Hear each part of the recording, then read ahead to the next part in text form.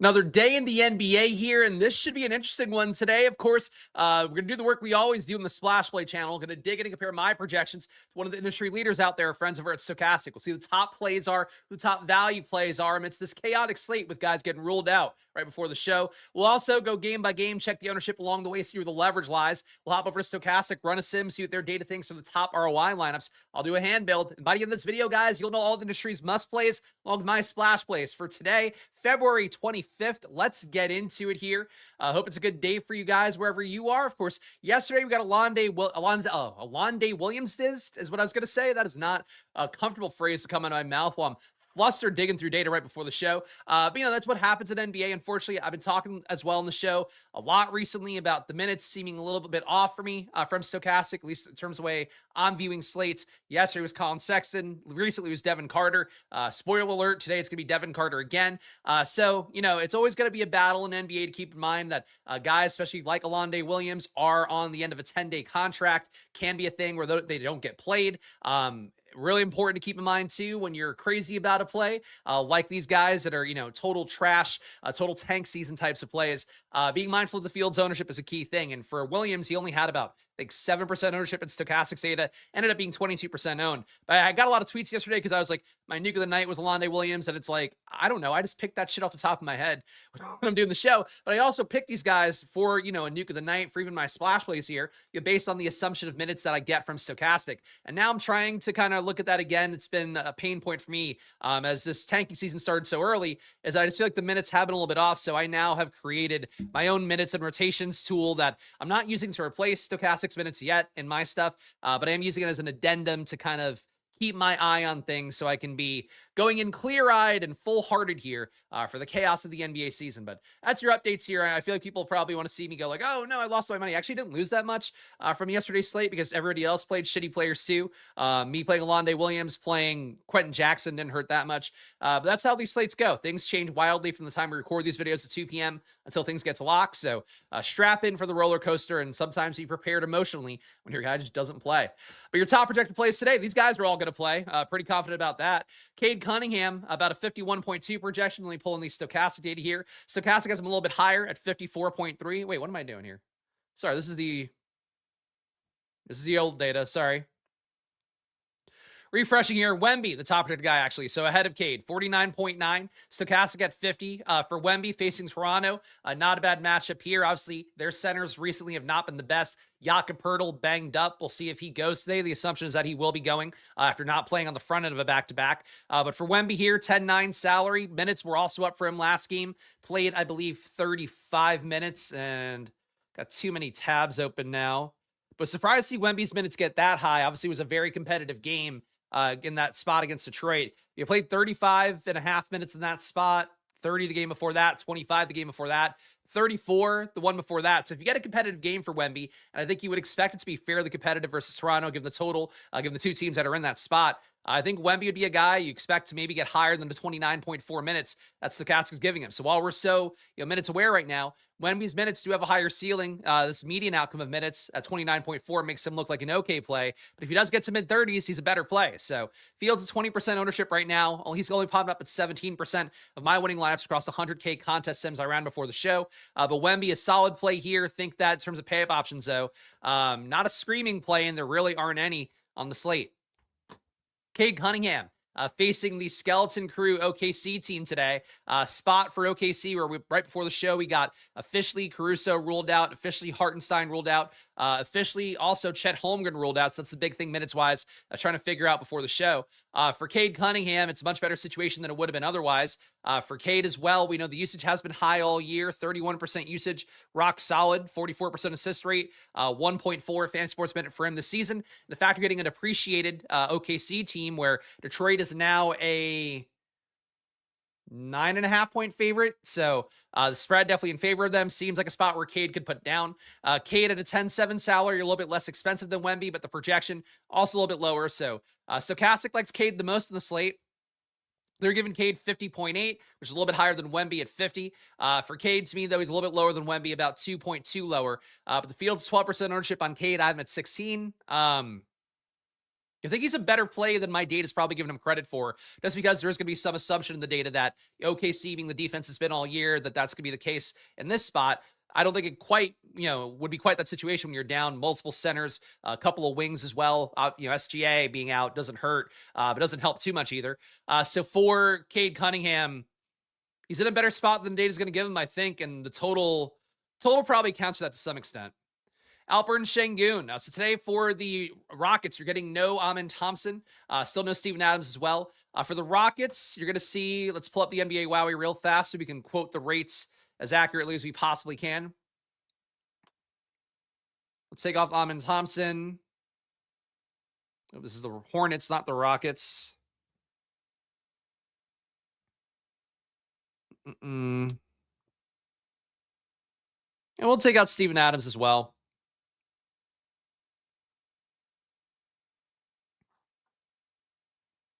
So this year, Alperen Şengün averaging 1.3 fantasy points a minute this year with Amin Thompson and Steven Adams off the court. Tari Eason, 1.1. Interesting to note that Kevin Durant, 540 possessions, so not the 1,000 possession sample size that we feel really good about the rates and their predictability moving forward. You're getting him under 1 fantasy point per minute. But Tari Eason at 1.1 rounded up. Reed Shepherd, guy on the thumbnail today, if you don't recognize his face, he's over at 1 fantasy point per minute with a 24% usage rate. So there really are some decent winners for the Rockets. Şengün seems to be the biggest, though, putting up that 1.3 fantasy points per minute, and also seeing Durant, for whatever reason, being a little bit less effective with Amin Thompson off the court. But Şengün, only a 4.6x value in my data right now. I'm at a 43.2 projection. Stokastic has him at 45.3. Matchup on paper versus Sacramento looks pretty good. I do think the minutes for Şengün can be a little bit higher as well, because the Rockets, when they are missing a guy like Amin Thompson, a key rotational piece, they tend to concentrate the starter minutes even more. So Alperen Şengün, I think if he got to 33, 34 minutes here, it wouldn't be the biggest shocker in the world. But right now, 36% ownership for the field. Şengün to me looks like about a 25% play. But if that number comes up, I wouldn't be mad at it. The fact he's facing Sacramento, even though Sacramento is trying harder again, closing games out with guys like Westbrook and DeRozan again, for whatever reason, most likely the GM tanking call they had with Adam Silver is my guess. It's still going to be a spot where it's going to be a really soft matchup for Şengün. So a $9,300 salary, I think a pivot to Wemby and Cade, but the ownership is much higher at 36%. Donovan Mitchell has been holding on to a good amount of usage this year with James Harden joining the team. The amount of court times that these guys have started to play together, I pulled it in before the show. Mitchell's been putting up a 35% usage rate. For comparison, James Harden only 24%, and normally Harden's around 30, so really big deference so far by James Harden across the 400 possessions he's played as a Cav, most of which have been alongside Donovan Mitchell. But for how Donovan Mitchell looks, 4.4x value, 43 projection from Stokastic.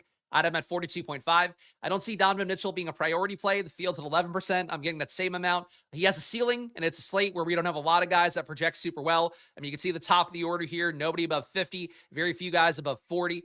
So getting Donovan Mitchell, if he comes up, not to be mad at it, but the value's not really there at $9,700, a really expensive price tag for a guy that's gunning, but definitely has a role that's being chopped up a little bit by having James Harden in the mix. And the injury report for the Cavs, I don't believe was out before the show. Let me just quickly make sure it didn't come out in the 2 p.m. report. Because Cleveland on a back-to-back, not yet submitted is the Cavs injury report. So for how it looks as well, Evan Mobley assumed to be out in the data. It's possible he could play in a back-to-back. I don't think he will, but it's possible that he could. He's not in the data set right now. That would also make Mitchell look worse. So the price tag right now, you need Mobley to be out, and you need Mitchell to play a lot better than the median outcome looks like in his projections. Ryan Rollins, 33 minutes for him. He and Kevin Porter Jr. both playing 33, 34-ish minutes every game. Rollins' usage has been there. It's the case again for me, even though I do have the content bit, let's say, of loving Ryan Rollins. He's paid off for me a good amount this year, and in general, even a little bit last year. For Ryan Rollins, I think the big thing is that he and Kevin Porter Jr., to me, just functionally the same play, but the field always wants to own Kevin Porter Jr. more. We saw Kevin Porter Jr. have a really big upside the last time he played as well, but for Rollins in this spot, still no Giannis out there. You're facing Cleveland at the 7,800, a little bit cheaper than Kevin Porter Jr. is at 8,100. I think I'm going to be above the field on Rollins again, have him at 25%. I also have Kevin Porter Jr. at 24%. Again, functionally to me as like 8K-ish guards with decent floors and good ceilings as well if things really flow their way. They to me are the same play, and I think the field has really a pretty big lean towards Kevin Porter Jr. And I mentioned this on Stokastic, so yesterday I'm on the live before lock show again today too, if you want to check me out on there, failing mildly when I put out another nuke of the night. But for how it looks for, the Bucks lately, Bucks fans hate Ryan Rollins because like they think that he wants to get his own shot too much. And I mean, by Bucks fans, I mean like idiots on Twitter who have Bucks in their handle. Like they don't know ball any more than anybody else does out there. But they don't love Ryan Rollins because he gets his shot and whatever. The reality is though, Ryan Rollins still a good shooter and he does chuck. The reality for me is that because he chucks, like that makes him an appealing play. So for Ryan Rollins facing Cleveland here, maybe gets shut down defensively, but it's 7% ownership. My projection definitely higher than Stokastic's, 41.1 for Rollins. Stokastic has him at 35.9, but I am team Ryan Rollins when he's going to be single digit owned, and he's paid off in these spots within the last week or so. Kevin Durant, we talked about it a little bit ago when we ran the NBA Wowie. His rates have not been as good when having both Amin Thompson and Steven Adams off the court. Don't really know why that would be. Yeah, spacing wouldn't really be a thing that either of those guys are creating. For Adams, maybe a little bit of screen and roll stuff, but for Kevin Durant, maybe a bit of deference not coming his way, usage-wise, just getting a little bit less. But for Kevin Durant, I think in his spot facing Sacramento, 8,800, if he just goes nuts, like this is the kind of game where Kevin Durant could shoot 12 for 14 and like add a few steals, add a few rebounds, and just kind of bounce to his hands. So don't mind Durant here. Fields at 23%. I'm getting 22. Not a great projection play, only a 4.7x value, and that's with me having him a little bit higher than Stokastic does at 41.1 compared to 40.4. But Durant, the ceiling is there because he's facing the Kings, and you are down Amin Thompson, which is one high usage player that doesn't score super efficiently, but replace some of his possessions with Kevin Durant possessions. Things look a little bit better for Durant. KPJ, again, talk about him basically the same way as Ryan Rollins. KPJ on the year has been a better producer than Rollins by a little bit, I believe. Rollins at 1.04, Fan Sports Minute on the year. KPJ at 1.2. Well, rounding up, 1.15. So Rollins, too, I think the big thing that stands out is the shooting has leveled out with KPJ, only 57.4% true shooting. KPJ's at 57.6. Three-point shooting a lot better for Rollins, 42% there compared to 33% for KPJ. KPJ gets more efficient shots, I think is the biggest thing that I would say is the difference between them. In a spot going against, Cleveland, I feel like good rim defense here. It would be better if Mobley's in, but if you have just Jared Allen out there, that's still good rim defense. I think that could mean more threes for Rollins as opposed to more attacking the rim for KPJ. But both guys, to me, really functionally, I can't be more clear about it. They're the same play. If they're going to be both around 8K, I think you want to get similar amounts. Right now, the field's 16% Kevin Porter Jr., only 7% Rollins. I'm at 25% on both. And James Harden, like we talked about earlier, deferring a lot so far to Donovan Mitchell on the Cavs. For James Harden, his rates so far, 23.6% usage, 32% assist rate. Again, we talked about Mitchell before at a 35% usage rate since Harden joined the team. Mitchell putting up 1.4 DK points per minute, Harden putting up 1.16, and he's shooting really well, 64% true shooting for Harden since joining the Cavs. So I think it's one of those spots for me where I don't mind going to James Harden in the hope that he just gets more usage back. Like we talked about a couple games ago, like he should probably get back to, I would say at least a 27.5% usage rate, something like that. Even if he's going to defer a little bit more to Mitchell, like he should get closer to where he's been historically. But so far he's been deferring a lot. So he's not getting any projection docked for me for that, but he is coming up less than Mitchell is because, Mitchell's actually shooting a lot more since both these guys have been on the same team. We're going to sort by value here. Before I do that, guys, one quick ask. Please make sure to hit that like button and subscribe. Goes a long way for me here. Again, I'm just one guy showing you my work as best I can. And it's always a journey here to make the product better for me. Got on stream. Again, really been working hard on the minute stuff all morning long, really to get that right, including up last night. It was up till 1 a.m. Trying to get that to some place where I could actually build minutes here and feel good about some sort of comparison, at least to Stokastic. But no matter what you're getting here, Monday to Friday at 2 p.m., you're getting my whole effort here for myself, gambling in NBA, and you can come along for the ride, seeing everything I have to show you guys on my Splash Play podcast.com site. So check it out here every day. And shout out to all you guys that are joining along here. Okay, see, just listed Hartenstein out. I touched on that. I appreciate the super chat for it. But yeah, I had to update that before the show. So we'll see that in a moment when we sort by value. Also check out Stokastic, 15% off all their data. Of course, going to be available to you, 15% off the promo code SPLASH, and that's data and tools. So you want to get their sim products, if you want to get some of their data packages, either of those options are available to you weekly, monthly, even yearly, 15% off the promo code SPLASH. So click the link down below, use that promo code SPLASH when you get over there to get 15% off.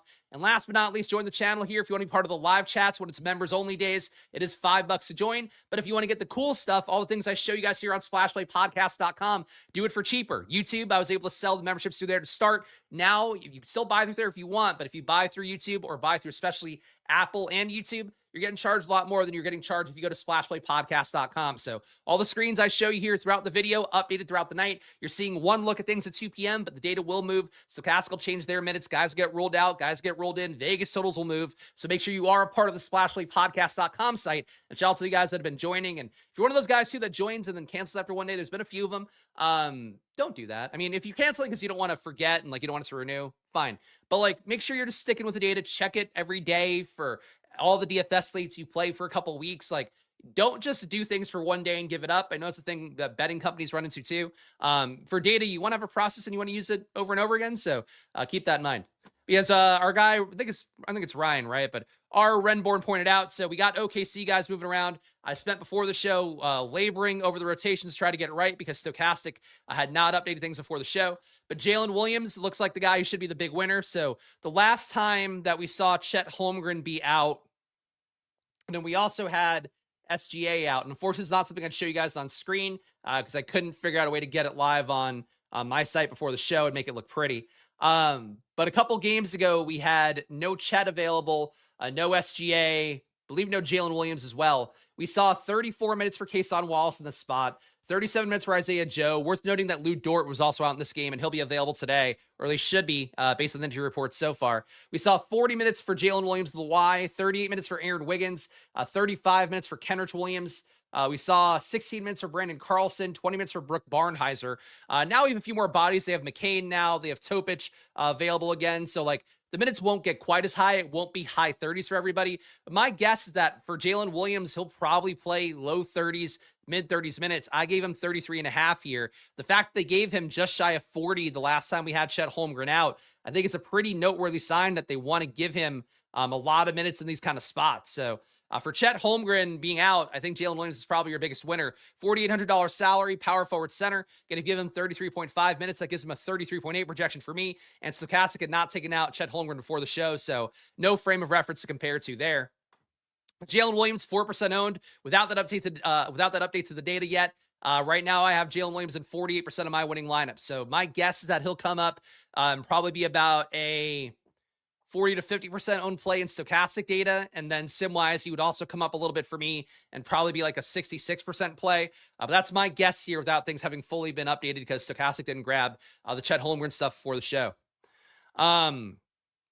Reed Shepard, we got 68% sim ownership for me right now. Fields at 63, and he's on the thumbnail for that reason. Last time Amon Thompson was out, Reed Shepard played 31 minutes. So if you give him high 20s minutes, he'll look good. Stokastic right now giving him 30 flat. I think it's him a 33.6 projection for me, 30.8 for Stokastic at a 5K salary facing Sacramento too, which should be a hospitable matchup for anybody to get going. Reed Shepard, I think, in a really good situation as a value. So really, two first guys I would put in today on the slate, I think, would be Jalen Williams and Reed Shepard. And the fact they both have multi-position eligibility for Jalen Williams, power forward center, for Reed Shepard, point guard, shooting guard. I think that these guys going to be very easy to get in there. And if you're playing a cash game, they're the first two guys I think you're going to put in. One thing's update. What are your thoughts on Harder go to Mitchell? I don't really have strong thoughts. Neither looks that good.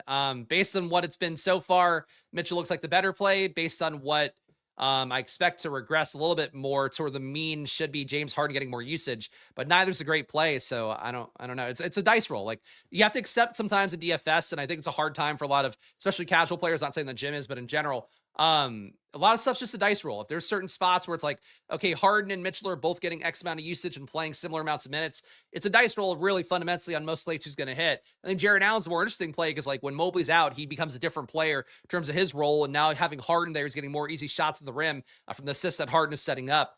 I think, like, that's the way to view DFS is, like, it's not about one of them being a better play. It's not about having a stand on one or the other. It's kind of understanding that ultimately their outcomes are pretty similar.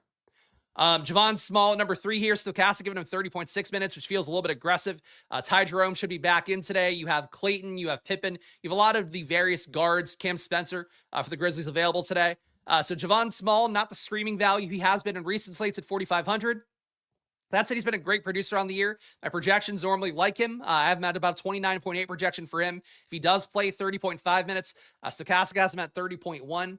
For Javon Small, let's see. Last game he played 25. Game before that, 25.6, 29.4.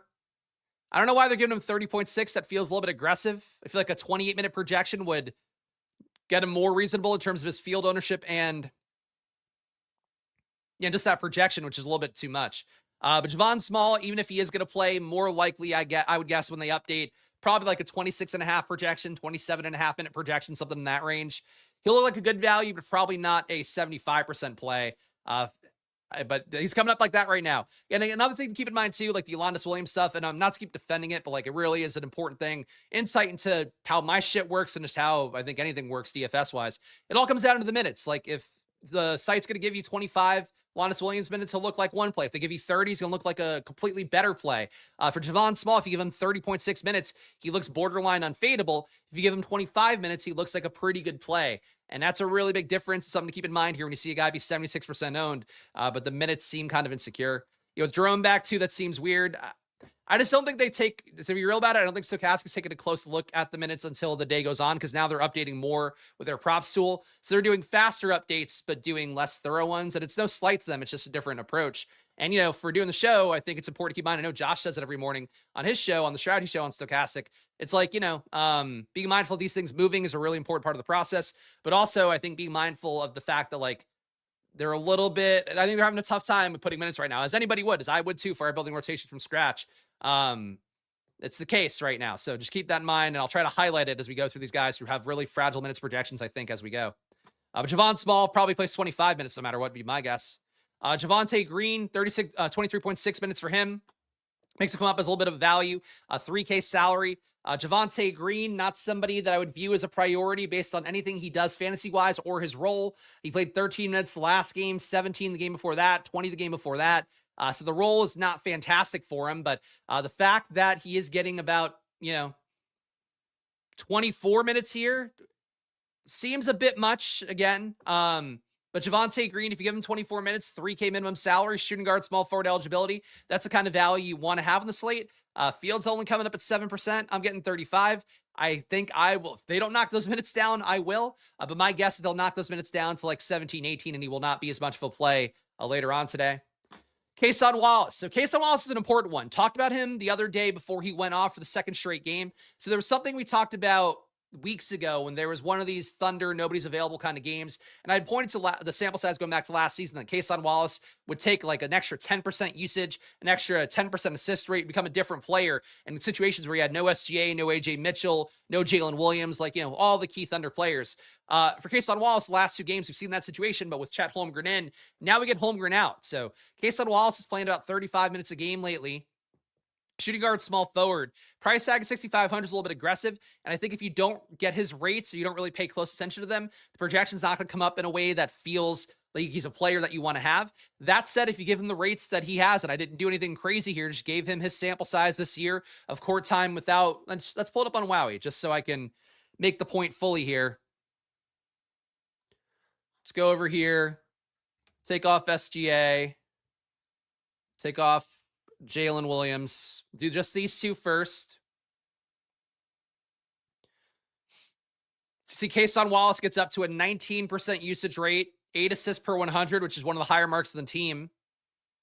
Now we're taking off, we can take off a lot of guys. Let's just take off Holmgren. So our big three for OKC out. We have Kason Wallace, 18% usage this year, 7 assists per 100 possessions. Then if we go back to last year, he is on a back-to-back. The Thunder are on a back-to-back. With these three guys off the court, you got Kason Wallace as well, an 18% usage rate. So his rate's actually going down a little bit, taking Holmgren off. Let's keep Holmgren on just to get more sample size here.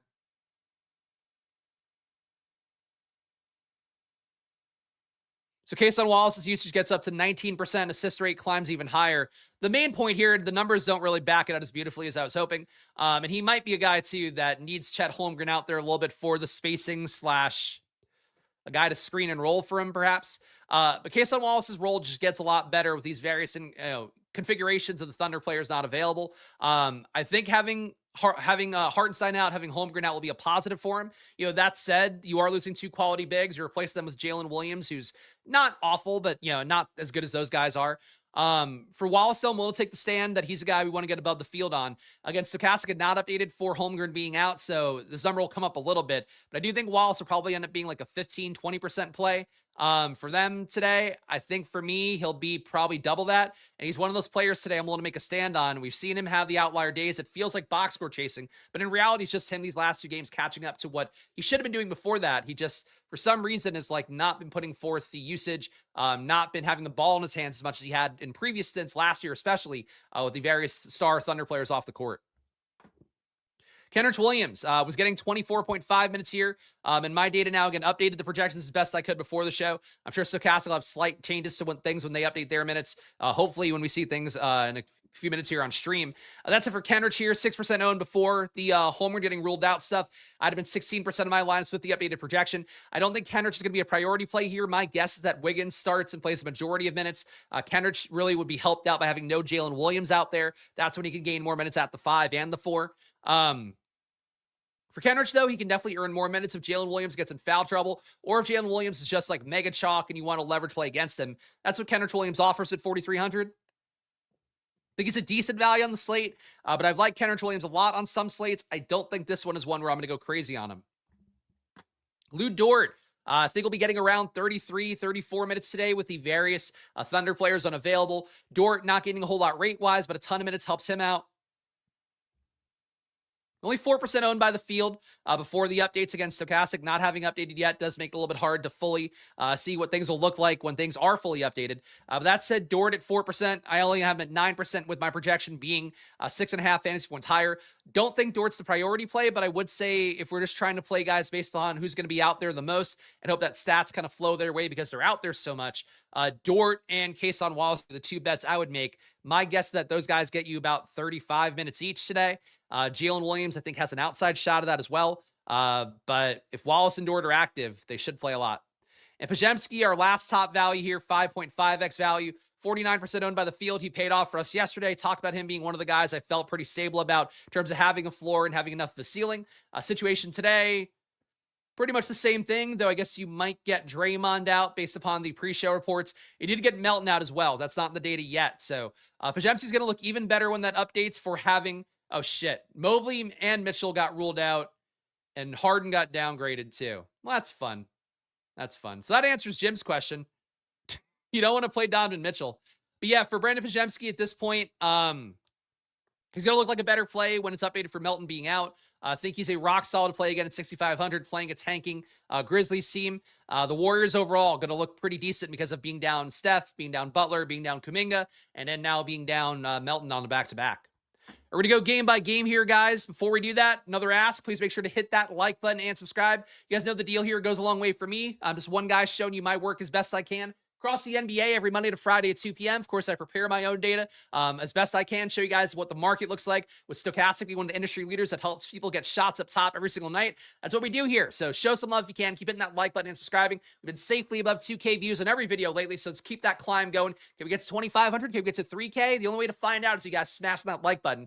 So please keep doing that if you can. Check out Stokastic as well. All their data will update at some point. They'll get Chet Holmgren out, and that's probably going to be within the next couple hours. So stay tuned at Stokastic. Get 15% off the promo code SPLASH. And really the biggest thing for Stokastic, if you want to get idiot-proof, great DFS lineups, you constantly see Stokastic avatars up top in the 100K tournaments, guys winning it, guys at least competing for it every single night. That's what you get if you get good with their data and using their tools. So check out Stokastic, 15% off. Again, I love what I'm doing here, but really for you guys, if I'm going to recommend anything, you want to build a good DFS lineups, idiot-proof, use their data, go over there right now and get 15% off.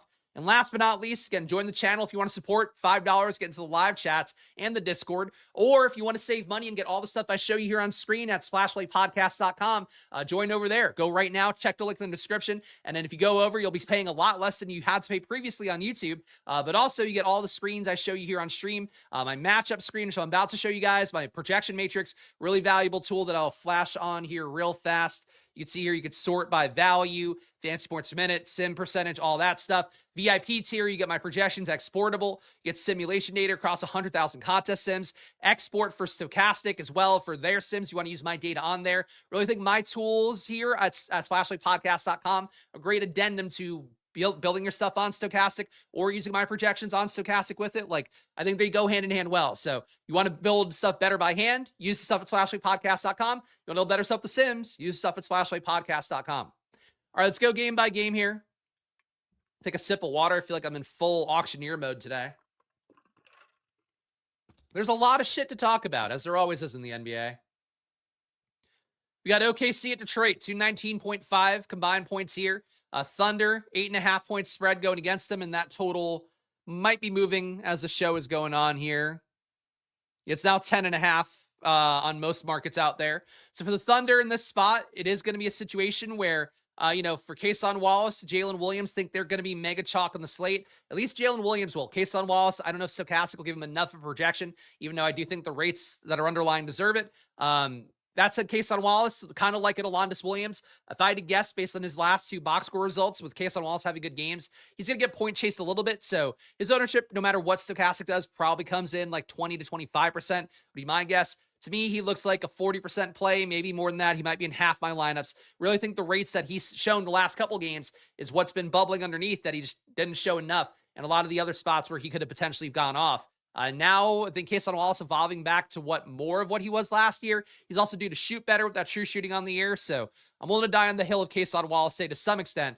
At 6,500, though, I certainly get being closer to the field than I'm going to be. Jalen Williams, though, I think is the one that will be chalk value on the slate. My guess would be that Jalen Williams and Reed Shepard's going to be Stokastic chalk / industry chalk, no matter what data you're using. But Jalen Williams right now, field's only at 4%. Of course, they hadn't updated for Chet Holmgren being out. But I'm getting 48% in my lineups right now, or my contest sims across 100,000 of them. So Jalen Williams, one of those guys that we talked about earlier, gained a ton of minutes. The last time Chet Holmgren was out, played just shy of 40 minutes in that spot. I don't think he'll get quite that much today because the team isn't quite as barren as it was in that spot. But Jalen Williams, I think will get you 30 minutes today, even if he doesn't get to 35. Looks like a rock solid play to me, and I think he'll be mega chalk when things update. Kenrich Williams at 4,300, getting less than 25 minutes, like a decent value play. Do you think you'd benefit if Jalen Williams were to get in foul trouble? And then Lou Dort should play a lot of minutes, not a great producer on the year at 0.67 fantasy points a minute. Doesn't really gain a whole lot either from SGA, Jalen Williams, Chet Holmgren being out. There's more theoretical opportunity for him. He can rebound more. He can also hit some more shots from the mid-range and from the corner, most likely.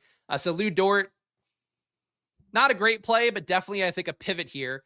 Isaiah Joe, the one Thunder player, not really coming up for me, even with 30.5 minutes. He can get hot from 3, but, I guess in his case, he'd probably be the player that they're going to not try to defend the most. Pistons do have pretty good wing defense, but Isaiah Joe, I think you're probably selling out to stop other guys before him.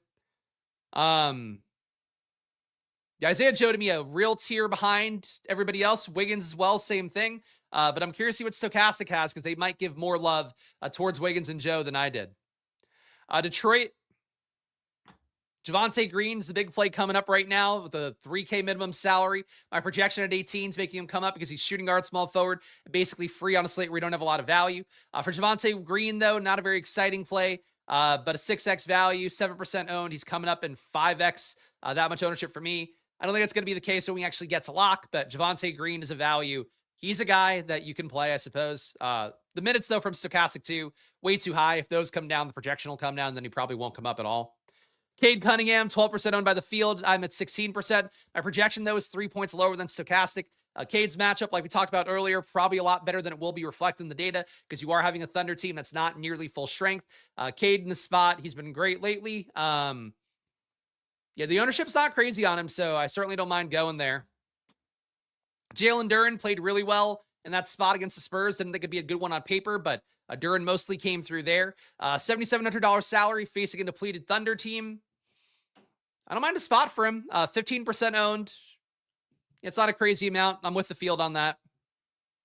Dennis Jenkins is a value at 3,500. Not a great play, but 4% owned by the field. I'm getting 6. He's a value. Asar Thompson, not really the guy for me, but he's going to be 13% owned. Nothing great on the Pistons here. Spurs at Raptors. Tough couple games for the Spurs on this East Coast trip for them. But Wemby's going to be your highest owned player. I'm getting him at 17%, Fields at 20. Do you think Wemby playing more minutes, getting up to 35, every other game lately is a pretty good thing if he can have a competitive spot today versus the Raptors? Spurs are a 7.5 point favorite. That's crazy. Yeah, I would have really thought this would be a more competitive game, but that spread pretty heavy. Not like you're expecting a blowout or anything. Yeah, in my brain, I view the Raptors as better than this. Stephon Castle, a guy that always pops up a little bit in my data, getting him in 9% fields at 7, not a priority play, but if he's a guy that you get as your low-owned option in a chalky lineup, I think that's okay. Nothing really screaming out here on the Spurs besides the fact that Wemby is one of your top projected guys on the slate.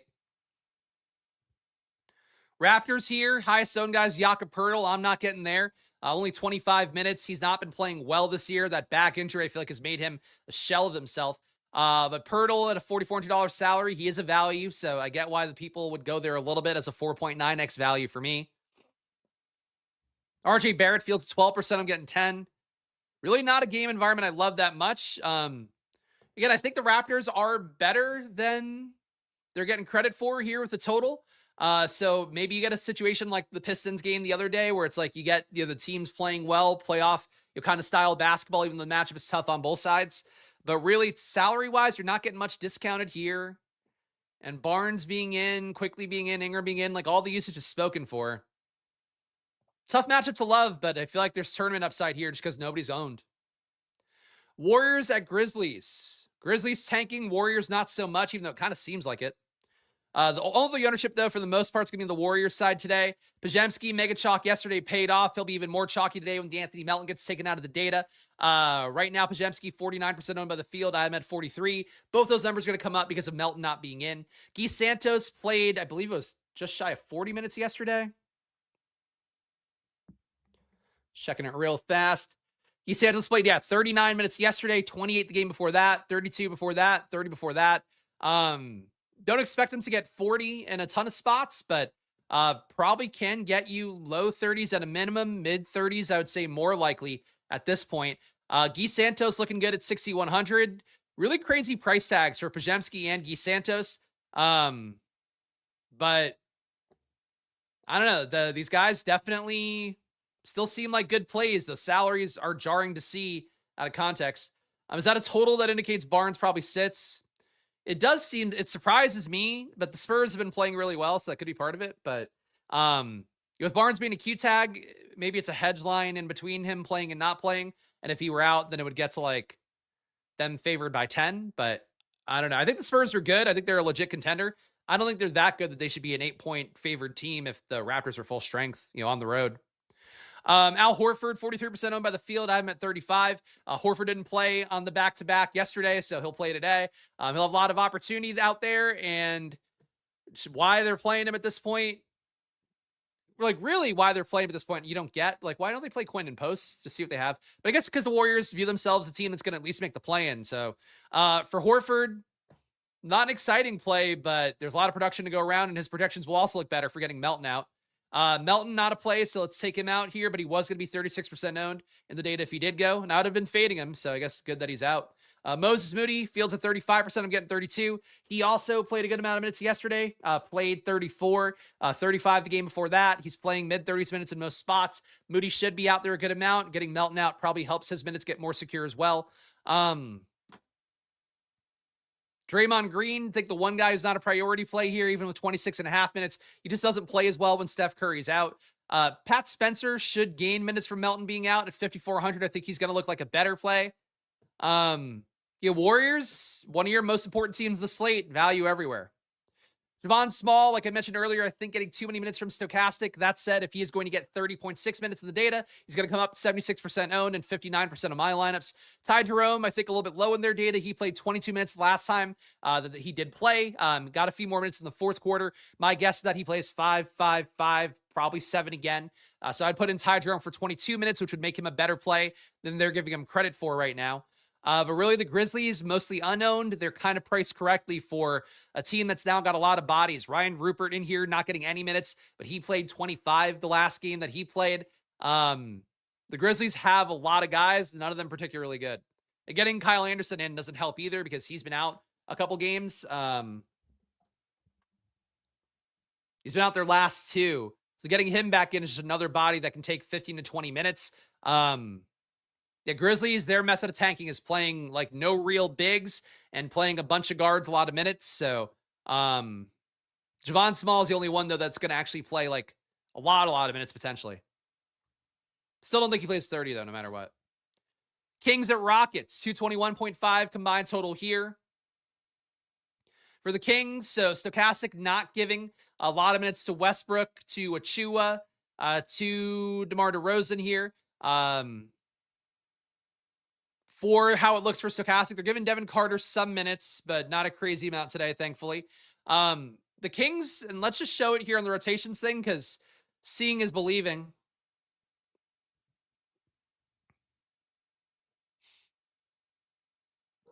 The Kings' last game closed with Westbrook. He played 33 minutes. Closed with DeRozan. He played 29 minutes. Closed with Precious Achiuwa. He played 32. Closed with Keegan Murray. He played 34. Raynaud didn't close. They had Plowden in there over him. I don't know what the logic is for that.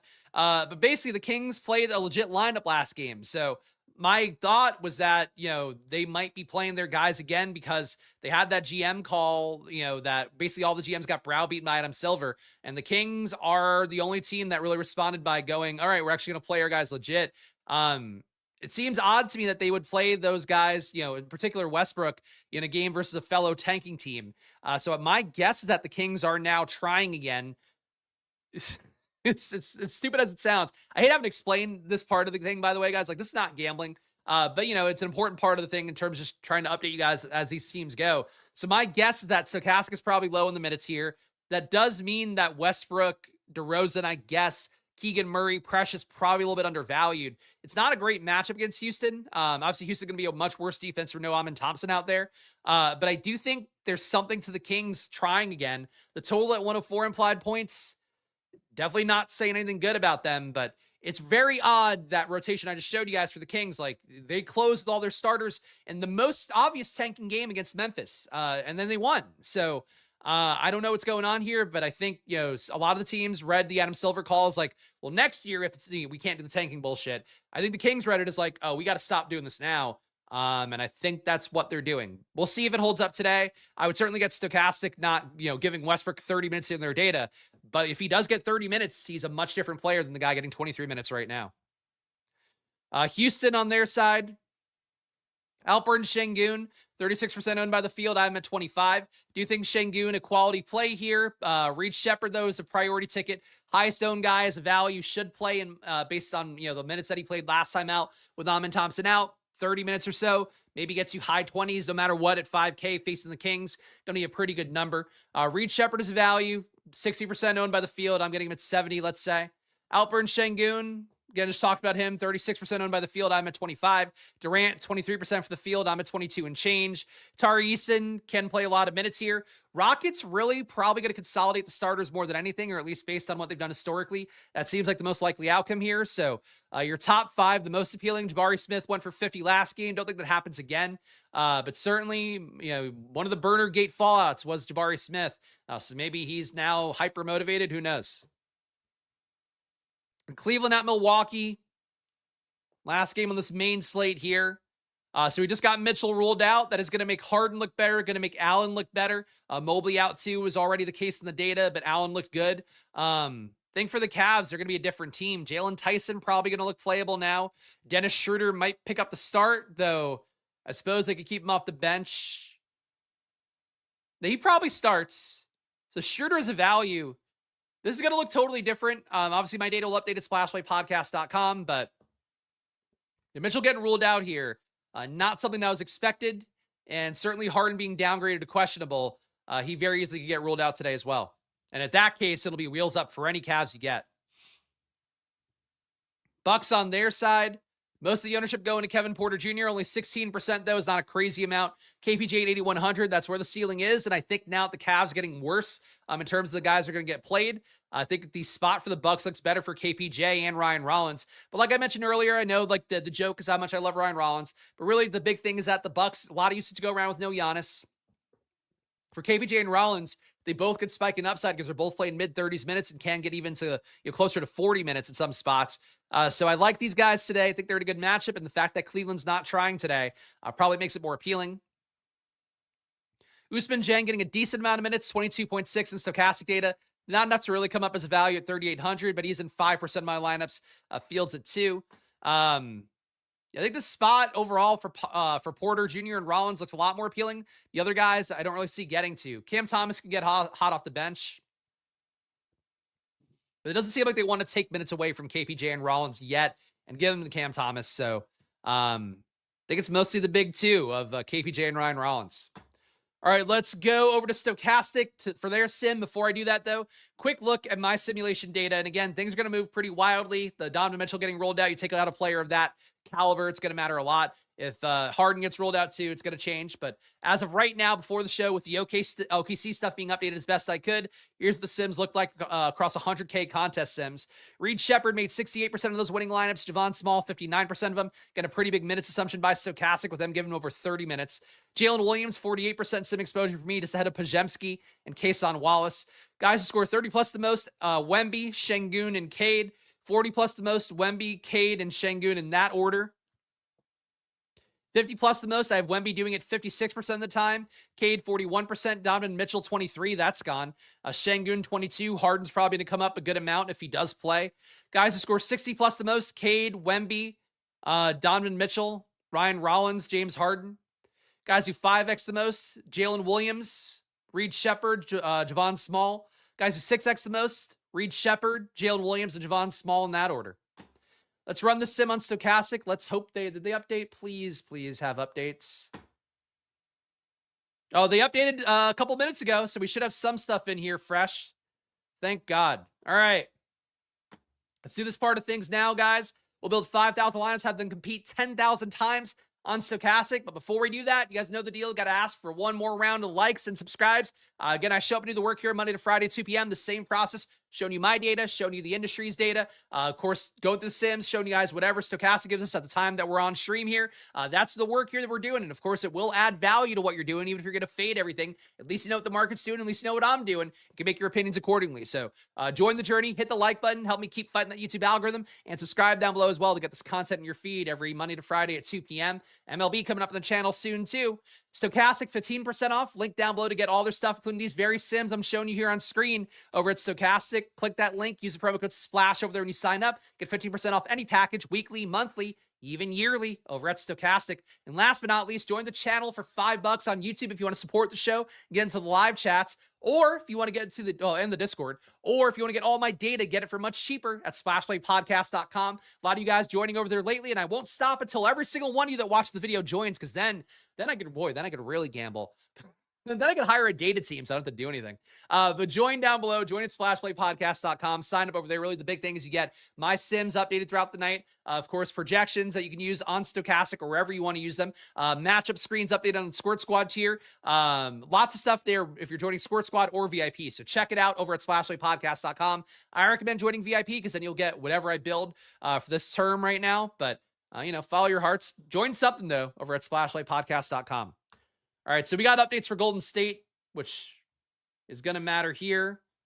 Do we get an update for Donovan Mitchell being out? And we got an update for Donovan Mitchell being out. So we got 2 of the key updates. There we go. We got Pat Spencer in Stokastic's top ROI lineup. Will Richard, Gary Payton. Oh, my God, Warriors heavy.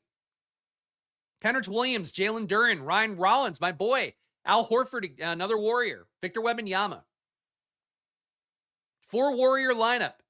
And losing Melton really flipped things around a little bit, it seems. Number 2, De'Aaron Fox, Will Richard again. Gary Payton again. Draymond Green makes this one. Jalen Duren again. Cade Cunningham makes this one. Kenrich Williams and Guy Santos. All right. Number 3, Cade. KPJ, Kevin Porter Jr., Will Richard, Guy Santos, Kenrich Williams, Reed Shepherd, Gary Payton again. Jared Allen. There's a lot of Gary Payton. Number 4, Cade Cunningham, Will Richard again. Gary Payton again. Kenrich Williams, Jared Allen, Stephon Castle, Al Horford, Brandon Pajemski.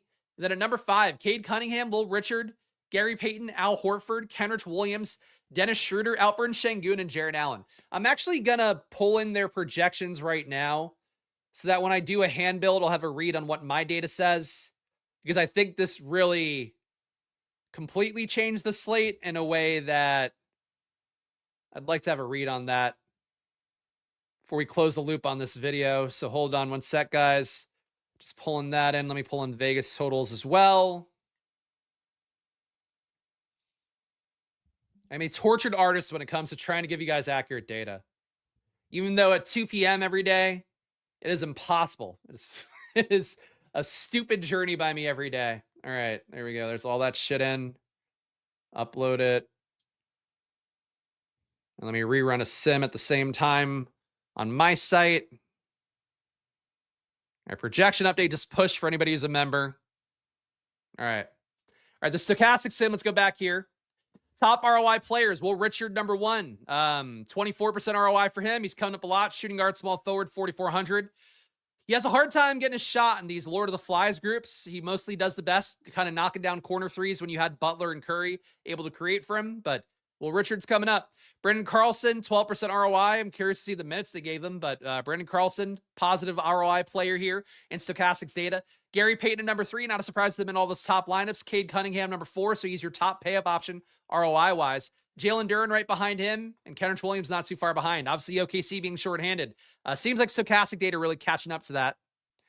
Exposures here. Oh my God. Gary Payton, 87% exposure. Fields at 38. So that's 49% leverage on the field on Gary Payton. Yeah, I'm getting Gary Payton a lot too. He's coming up 64% in my sim, which just ran here in parallel. So yeah, Gary Payton, the top value today. They must have gave this fucker a lot of minutes. They gave him 27 minutes. He's produced the fantasy point per minute this year, so that's how that happens. Gary Payton, good value. I think I like Gary Payton more than Will Richard by a good amount. Will Richard, number 2, 87% exposure. Fields at 22. Massive stand on Will Richard. Again, a lot of minutes to go around for the Warriors, so you get how it's happening. They are playing a Grizzlies team that doesn't want to win. But boy, oh boy, this is tough. Can Gary Payton even handle 27 minutes? That's a fair question. Let me log in. Actually, let me just check his last 10 games because I have that data already over here. Gary Payton played in his last 10 games 12, 19, 19, 14, 24, 18, 19, 9. So you're probably assuming his max is 24. He probably couldn't get a little bit higher than that, but yeah, I don't know that I would assume that he could play 27, 28 like Stokastic is assuming. Will Richard, though, coming up a lot here, 87% exposure, Fields at 22. That's a lot of leverage on him. Kenrich Williams, 65% exposure, Fields at 54. So they like Kenny Hustle as well in this spot with no Chet Holmgren. Brandon Pajemski, 56% exposure, Fields at 53, so not a massive stand above the field, but he is making more than half Stokastic's top 150 lineups. Cade Cunningham, 55% exposure, Fields at 20. It's a big stand in the pay-up option, Cade, but clearly they are liking him a lot as your primary pay-up option. And then Reed Shepherd makes 45% of lineups, which is a little bit less than the Fields' 57. I think I'll be higher on Reed than they are, but that's fair. Your highest leverage play is going to probably be all the guys we just talked about. Will Richard, 64% more than the field ownership. Gary Payton, 49% more. Cade Cunningham, 34% more. Jalen Duren, 12% more. Kenrich Williams, 11% more. Biggest fades, Jalen Williams of the Y. Negative 20% leverage on him. Only 37% exposure. Fields at 57, so they do not like the Jalen Williams value. James Harden, negative 17% leverage. So even with Mitchell out, they're not crazy about Harden. Obviously, Harden, we need to know that he's going to play. And that game is at 8 p.m. So that is our last window of games. Sacramento, Houston, Cleveland, Milwaukee in that time period. Hopefully you get Harden news before lock. Of course, start time today is at 7:30, so keep that in mind as well. But you might get screwed on Harden, so hopefully we don't. Jalen Tyson, negative 15% leverage. So even with Mitchell out, Tyson not coming up in Stokastic data. Reed Shepherd, negative 13% leverage. Not really a fade, though, because he's getting played in 45% of their top 150. Then Guy Santos, negative 12% leverage. He went nuts yesterday playing 40 minutes. They're fading him today. Let's do a hand build, guys. Got to end the video with a handy, I suppose. What game has the most raw points tonight? Hope this is a stupid question. It is a little bit. I don't really know. You're probably assuming the game with the highest total would be because that game probably has the most possessions and has the most shots made. So that would probably be the assumption on most slates. I don't know if mathematically it'd work out that way, but it's not something that really matters on a slate, I don't think. At least in terms of like things you're trying to project.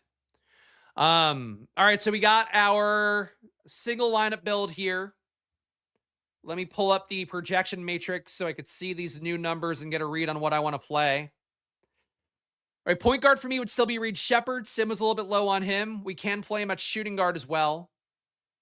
Pajemski, we can also play at shooting guard. Gary Payton, we have to play at shooting guard. But I'll go Reed Shepherd first. He's our thumbnail boy for a reason. Think he'll be a good play today. I think shooting guard has to be Gary Payton now. Though he can be small forward, but he has to get played one of these spots. I'm still going to make shooting guard Pajemski. Think that he has a decent floor and ceiling that probably got better with no Melton in. He will be owned, though, a good amount after what he did yesterday for sure. Gary Payton at small forward. Thinking if you were to give him the 25 minutes that seem more fair, he'd still probably be one of your better values. Power forward. With Stokastic's updates, they gave Kenrich Williams a lot of minutes. They gave Kenrich Williams 32 minutes. I'm not buying that. I think Stokastic's going to want it to be Kenrich Williams. I'll put him in because I do love Kenrich Williams, but I think he's more of like a 25-minute play. I don't think he gets to 30 plus. Unless there's foul trouble for Jalen Williams, then he will. Center for me would be Jared Allen now. He is now winning 45% of my 100,000 contest sims. Guard.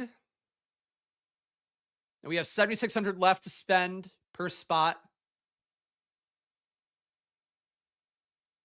They could be KPJ or Rollins. Cade doesn't look as good in my data. I know the sim will like Cade. I feel like people are just going to play Cade with OKC guys today. Let's put Cade in. He probably has... I mean, he and Wemby, best floor ceiling combos on the slate. Forward and utility. I think for me, it would be Jalen Williams. They gave him less minutes than I would.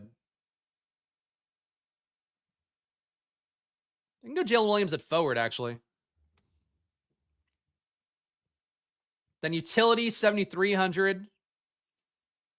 Stephon Castle, DeMar DeRozan. I guess Castle. It's a tough salary, though. The team we're simming out here, Reed Shepherd, Brandon Pajemski, Gary Payton, Kenrich Williams, Jared Allen, Cade Cunningham, Jalen Williams, Stephon Castle. 29% ROI on this. Who does Stokastic not like? Let's take out Jared Allen, Jalen Williams, and Castle. Let's go the medium amount of randomness here. It goes Jalen Williams, Şengün, Jalen Tyson. Okay. So Reed Shepherd, Pajemski, Gary Payton, Kenrich Williams, Jalen Williams, Cade Cunningham, Şengün, Jalen Tyson. Not all the way there.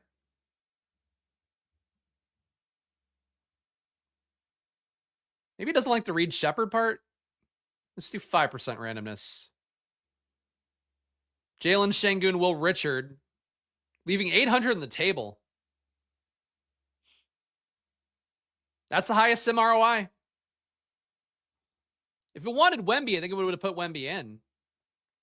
Because the sim loved Cade, so I don't think it wants Wemby, really. All right, so this is it. 97% ROI. Reed Shepherd, Pajemski, Gary Payton, Kenrich Williams, Jalen Williams, Cade Cunningham, Şengün, Will Richard. Man, the minutes again today are going to be one of those sticking points. And I'm just like, it feels a little bit aggressive in the minutes for some of these guys, but it's all going to move around. Of course, again, guys, appreciate all you being here. Before I get into the splash plays for the day, one last round of plugs. Please make sure to hit that like button and subscribe. Of course, no matter what's going on slate-wise, I show up and do the work Monday to Friday at 2 p.m. here on the channel. I do appreciate you guys' support a bunch here because it does really mean all the battle that I'm making against YouTube here. Not really against YouTube. In concert with YouTube, I feel like it's always positioned as a fight. But in reality, I just want YouTube to know that this show matters, and I want you guys to help me on that journey because the more viewers we get, the better the quality of content will be here because I don't want to fuck up.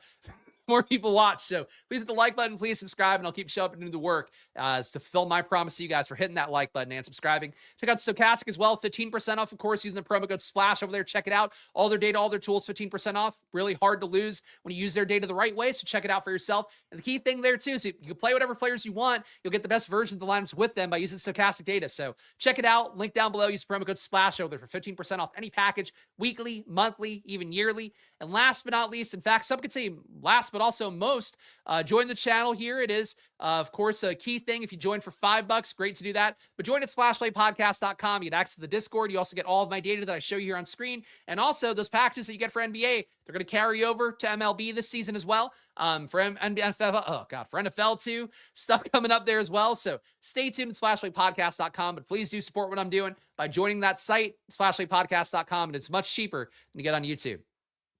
All right. And now Splash Plays of the day, though. We got a chat here from our guy Chunk. Random question. As a father, feel free not to answer. Best baby shower gift for a first-time couple expecting. The most practical one is probably like a shitload of nice baby wipes, like honest baby wipes is what I would do. But it's probably mostly stuff that's not the most fun. A white noise machine would help them out. Baby wipes are a really easy one. It's not that expensive. I know Justin Freeman over at formerly of Run the Sims had sent me that when I was first became a dad. And it was one of those things where it's like, you don't think of it, but it is a nice gift if you just want to give them something they're actually going to use. All right, Splash Plays for the day. So right now, I think no matter what the minutes look like, I don't think Stokastic's going to, do anything that's going to make these minutes look different. Reed Shepard, Brandon Pajemski, those guys going to be core plays for me no matter what. For me, Jared Allen, I think a core play no matter what. The OKC guys is where it gets tough because I do think that Stokastic a little bit aggressive on the Kenrich Williams minutes, but I think with the minutes they're giving him, he's going to be a very important play for the industry. So our boy Kenny Hustle, I won't deny him being a splash play. Jalen Williams, the Y, I think also a splash play. And Kason Wallace, I'm still going to roll the dice on a little bit here. I don't know. I think how the minutes break for the Thunder are going to be really important. And if I had to guess, like I said earlier, I think you're going to get the most minutes for Kason Wallace and Lou Dort, but we'll see. I'll be on live before lock later today at 6:30 p.m. Eastern. Stay tuned there. Keep in mind, NBA lock today is 7:30, so you'll have an extra half hour to get your lineups in. That's basically it.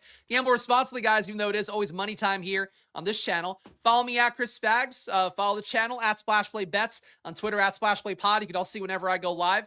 And shout out to the chat as well. Appreciate all the fine folks like Chunk, like Tiffany here, who got her friends a silver spoon from Tiffany's Circle. That's classy as well. Yeah, that's the thing. It's like I feel like women would get a gift that you never use. I think as a man, I was like, oh, cool. Something that's practical that we actually do use. Those gifts stood out the most to me in hindsight. But, anyway, follow your hearts. But I'll see you guys again soon. Enjoy your days. Good luck. Catch me on live before lock later today. Check my updates coming up. I'll push one as soon as the show ends. And I'll see you guys again soon. So, oh shit.